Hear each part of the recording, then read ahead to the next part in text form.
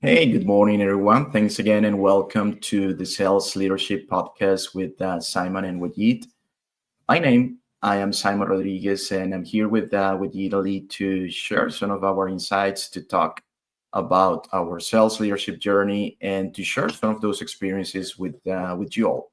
Now, last week we covered a couple of topics and trends into sales leadership, and then today we're going to continue that path into those key traits for sales leadership. Before we get started, I want to introduce you to Wajid and actually for Wajid to share with the audience. Wajid, over to you. Hey, good morning, everyone. Thank you, Simon, for the introductions and for laying the foundation. So, as you said, in this episode, we will continue our journey on the 5 key leadership traits that we started last week. So, we did touch upon a couple of topics. Today, we'll be it's the last episode, so we'll be wrapping it up. What we have done, we did our some kind of call it homework, and we highlighted 5 key traits. So, we did cover some of those traits in the last episode. Today we'll be wrapping it up, so stay with us up until the end of this session. It's again 15 minutes bite-sized sessions, just so that it's easy to digest, easy to process, and then perhaps easy to put into practice if you are doing your practice for the next week. Again, let's jump into it, Simon. So as you said, we did touch upon the 2 of the starting ones, but the third one that I guess is really important if you think about it from the leadership perspective is the culture of coaching, right? And when we say the culture of coaching, what it means is that typically you would believe as a person when you ask a person who's responsible to coach you or to train you or to mentor you in an organization, typically the response is it's my leader or it's my manager or it is my organization. So people kind of throw the ball at someone else, right? That's a typical behavioral response. But I think we wanted to give it a different spin here. And what we wanted to do is we believe that everybody has the ability to be a coach, has the ability to be a leader, has the ability to be a mentor, right? And the way we look at it is, if you're on a team reporting into a leader or a manager of yours, you don't need to just look up to that person. You have other team members on your team as well. So you can develop that culture of coaching in a way that if you have a problem, if you want to reflect or bounce something off or get an advice or suggestion, you just don't wait for your leader or manager. That person might be busy, might be traveling, might be on vacation and whatnot. So have that culture of understanding or reaching out to your peers on your team to learn from them, to learn from their experiences, to gain their advice, to share your advice and suggestions with them. It should be both ways. And I think we need to start looking into this culture and promoting this culture. Simon, I said a lot in the first opening remarks, but I would take a pause here and see, what do you think and what is your perspective when you look at it?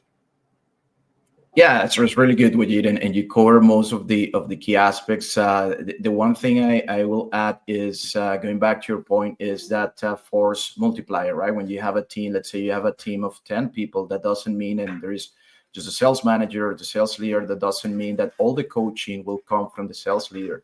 You can look at it differently. You can say, okay, well, you have a team of 10 sales people, reps, AEs. So all of them, they can contribute to that coaching. We all have different perspectives, experiences, and things to contribute, right? So I think that's my message, is looking at coaching, not at something, which is something you alluded to, that it's just coming from the sales leader, but using that bigger platform with all the different perspectives from the team. So embracing that now as a leader, you need to be the one embracing that collaboration, right? Say, okay, no, it's not that you're all the direction and all the guidance will come from you, but you can be the catalyst and the one orchestrating input and coaching from different peers and embracing that collaboration, because we might have things in common, or maybe we're sharing or experiencing similar situations, and we can all learn from each other. We can all grow as we go through that process. So that's what I will add. I think it's fundamental to have that coaching approach into sales. And I think with that, we might be now moving into the next trait that we have found here with it in is thinking on the strategic. I'll put them strategic one-on-ones, right? And normally you have might seen one-on-ones as a tactical exercise when you just go and share what you have been doing. But I think it's time to rethink the way we look at one-on-ones as an opportunity to evaluate as a leader your team members, how they're feeling, what are the opportunities that they might have, and if there are any gaps, how you can help them close those gaps. But yeah, I will be interested in getting your take on this. We did, I know, one-on-ones, and we talked about command and control approach, something you already mentioned. But what do you think leaders can do differently to change from a tactical one-on-one where you just give us updates into a more strategic one, and why is that important in your view? I think this is a big one. Perhaps this is a topic of its own. Maybe sometime, someday, Really? we need to talk about it at length. But uh, what happens typically, you're right. We just go into ones on ones and we talk about the numbers and the quarter, but we don't talk about perhaps the strengths and the weaknesses of the person, because you need to go a little bit deeper into the conversations and you need to think about from the personal development perspective. I think one-on-one is a great opportunity to think on how you can help your team grow strategically. How can you help them grow their mindset? How can you help them grow think big? How can you help them grow so that they can look at a bigger picture as opposed to just looking at the numbers and the quarter. And I feel like we are extremely missing on this aspect when it comes to the organizations and ones on one. So that's why I said it's a topic of its own. We need to make, I guess, some more time to talk about it. But if I need to summarize it in perhaps in a one liner, would be, when you are together with your team member, don't just talk about the numbers and the quarter. Just go a little bit deep. Ask about the person, how he or she's feeling. I think you need to have that personal understanding and connection with that person. At the same time, ask them what are they struggling with, or what is their best strength that they feel like they're proud with and they can share with other team members. So that's my one liner. Yeah. I would like to hear from you too before we move on to the next topic. No, I like it, Wajid, and I like a few things that you share. Let's unpack some of those elements. The first one is also that personal aspect, right? I think it's important because if we always go into the updates and to your point, the numbers, but we basically overlook the personal growth aspect, I think we're missing on a good opportunity. Sometimes I found that when through dialogue and those discussions with your team, you can identify areas where maybe that person can maximize their potential. And I'll give you an example. Perhaps someone is focusing on a particular region or a particular role within their sales team, but they might have a different potential to grow in different areas or different regions. They might have expertise that is not fully leveraged within their team. So by having that dialogue, by having those open discussions, is where you identify those potential opportunities. So I agree with you. I think the personal aspect in most cases is being neglected. It's an area that we don't put that time into getting feedback and input, and that's something that where we can get a lot of value, not only for the individual in terms of growing, but how that individual can be their best, right, at their best level of basically of work or collaboration, and sometimes through dialogue is when you get to that point. So it's quite important, and as you said, it's a topic that you can have obviously a lot to unpack. Now, with that, I think we get into that final topic that we have today, or trade, which is, I'll say, customer centricity is a good way to put it, but is how can you ensure from a sales leadership perspective that you are putting the customer first, that you are cascading that message into, okay, we should meet customers where they are, we should focus on helping customers throughout their journey.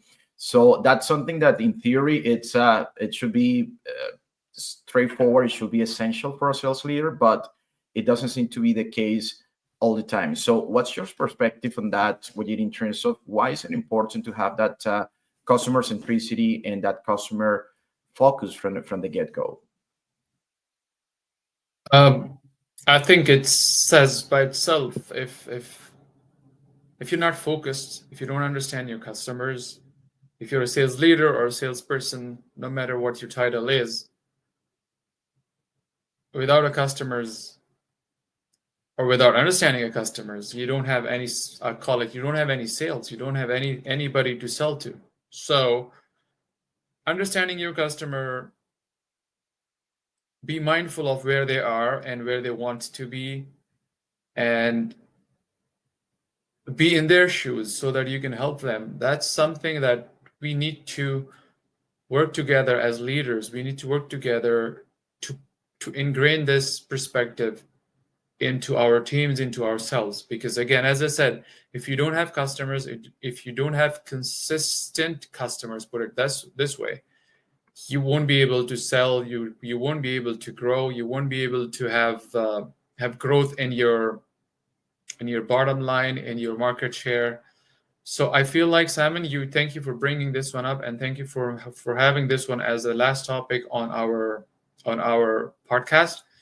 But this one, again, it's something that perhaps we need to take more time and perhaps break it down into more details so that whoever is listening here could understand the value of this aspect when it comes to sales leadership.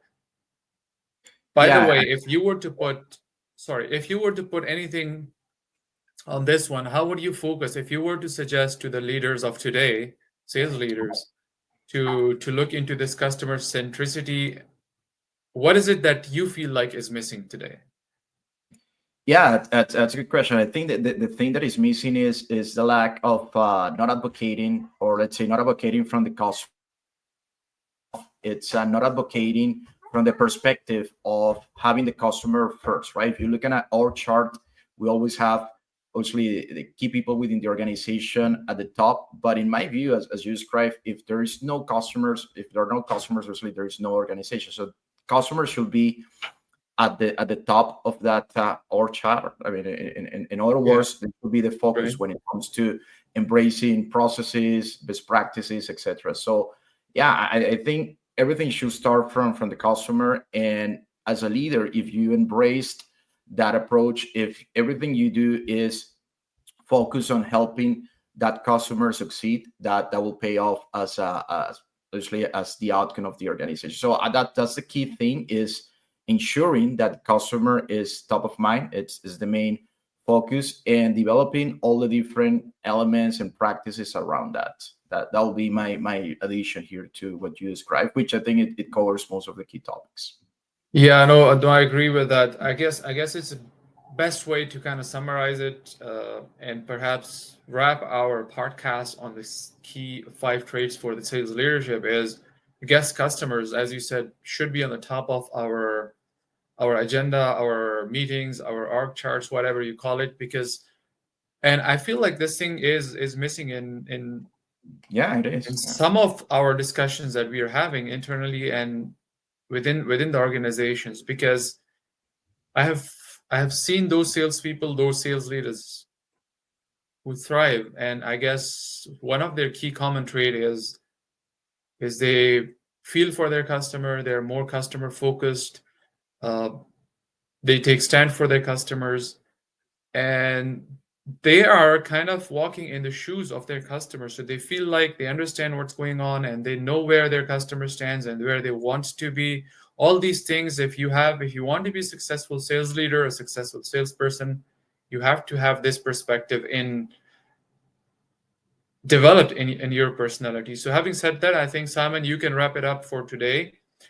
But we will continue this conversation into the next podcast as well, so that we can share more with our audience here. Certainly. Thank you, Wajid, and thanks everyone joining this session today. I think the main purpose, the focus was again going through those sales leadership traits. We hope that was valuable and provide some insights. Again, there are many topics to go into every single one of them, but I think that covers for the most part the things we're seeing as key elements into sales leadership and those main traits. So with that, I think we will then reconnect next week. Again, thanks again for your comments, your input, and we look forward to reconnecting. Thanks, everyone. Thank you.